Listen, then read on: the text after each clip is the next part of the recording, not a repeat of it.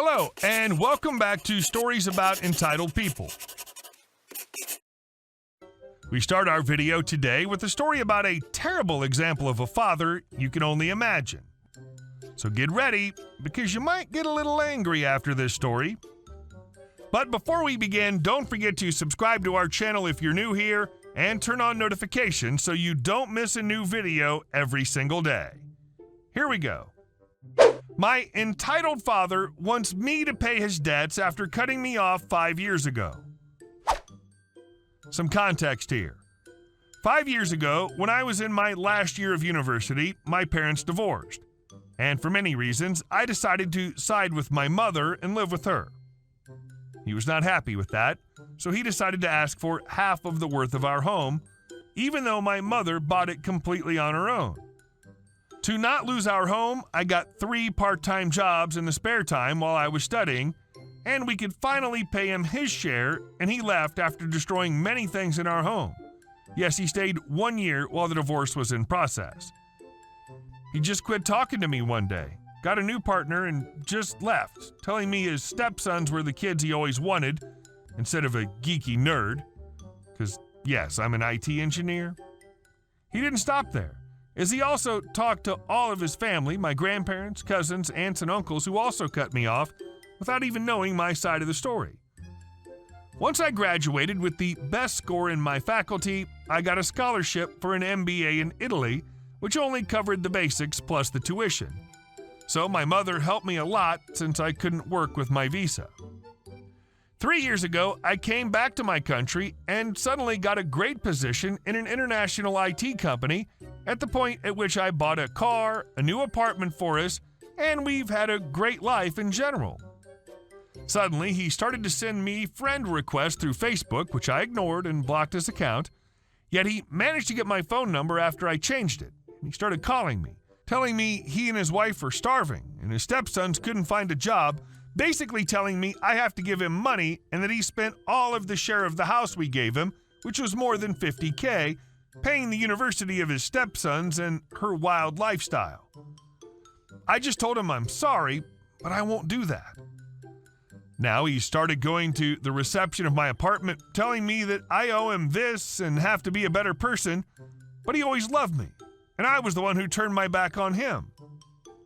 All of his family, not mine at this point, started calling me as well, telling me I owe him a great share of my income and have to give him that or else they'll sue me. That's bullcrap. I again just told them to F off. That's not their business. The worst part was they came to my previous house, which my mother still owns, and broke every window, telling me that was just the beginning of it if I don't hand him the money he wants. I just went to the police and got a restriction order. Yet some of my friends told me that I should forgive him and try to help him out as he's still my father. By this time, I'm feeling guilty of knowing he's possibly starving, yet he got a new family and now he wants me to pay for them too. And our second story. He just wanted a reason to be angry. As a small introduction, we live in Switzerland, where tipping is not something you usually do, and all service charges and costs are usually agreed upon beforehand. The below story is one where I have mixed feelings and am looking for opinions here, as we genuinely had good intentions, but somehow ended up badly. Me equals OP, wife equals wife, CB equals choosing beggar, Ross equals random stranger and boss of CB. My wife bought second-hand garden chairs for $40 from a local website and decided to go and fetch them one day by the seller. She paid for the chairs, brought them to the car, and figured out they were too big to be loaded into our small Volvo. She was on the sidewalk with the chairs that would not fit in the car. Meanwhile, a small bus from an airport shuttle transport stopped in front of here. This was driven by Ross, who lived nearby. Wife approached him and asked if he could please deliver those chairs to our home, 15 kilometers or 9 miles away, as she unfortunately could not fit them into our car, and of course offered to pay for the inconvenience.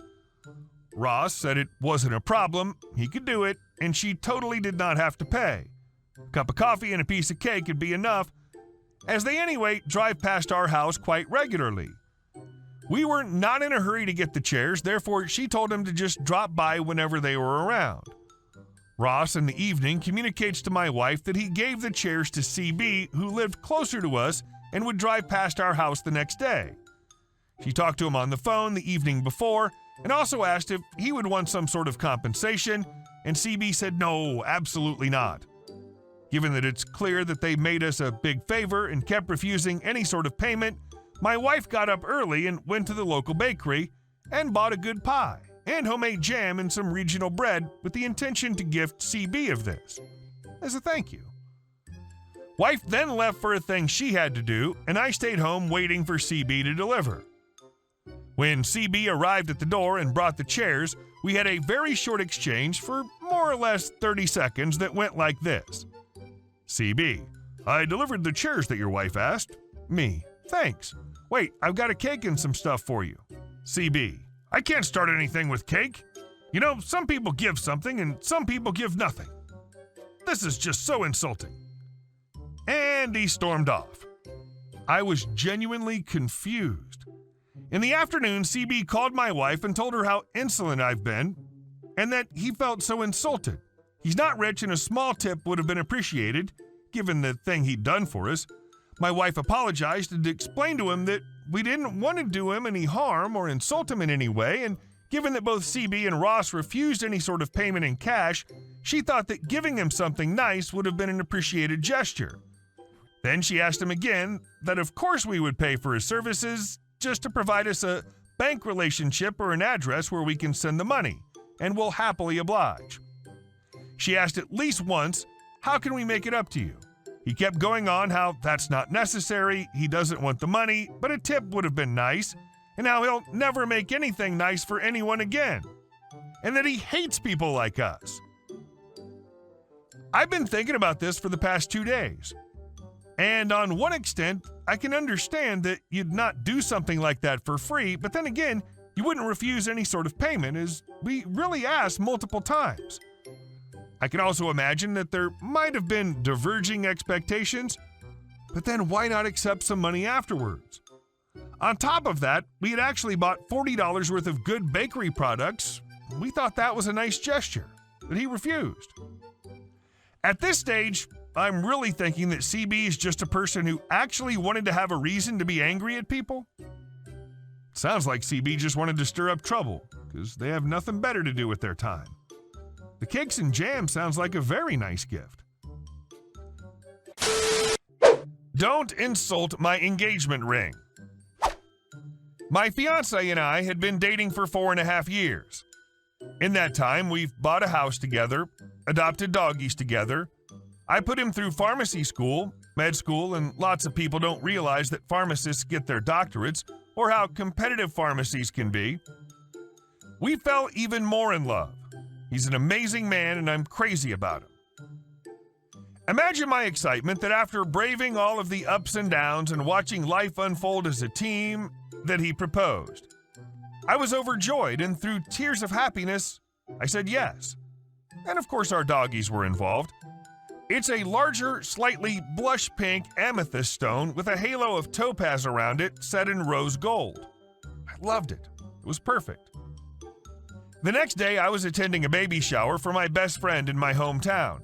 I trekked my way there, and even though I tried to downplay the engagement because I wanted it to be about her, she made a mini announcement because I knew people who were there. Most people did a little congrats type thing, which was nice, except for her cousin. This girl, let's call her Amy, is super religious. Actually, everyone from my hometown is super religious, and I appreciate their faith, but I didn't like her judgment. She has voiced her opinions before about how people shouldn't live together unless they're married and all that jazz. So when she sauntered over, she took my hand in hers and scrutinized the ring. She more or less said that at least he was making an honest woman out of me and that he had taken too long to propose. Then she kind of scrunched her nose at my ring and asked what kind of stone it was, with a little snobby half smile on her face. She also said it was generic that he would ask me now that he's graduating because that's what everyone does. I don't know what came over me.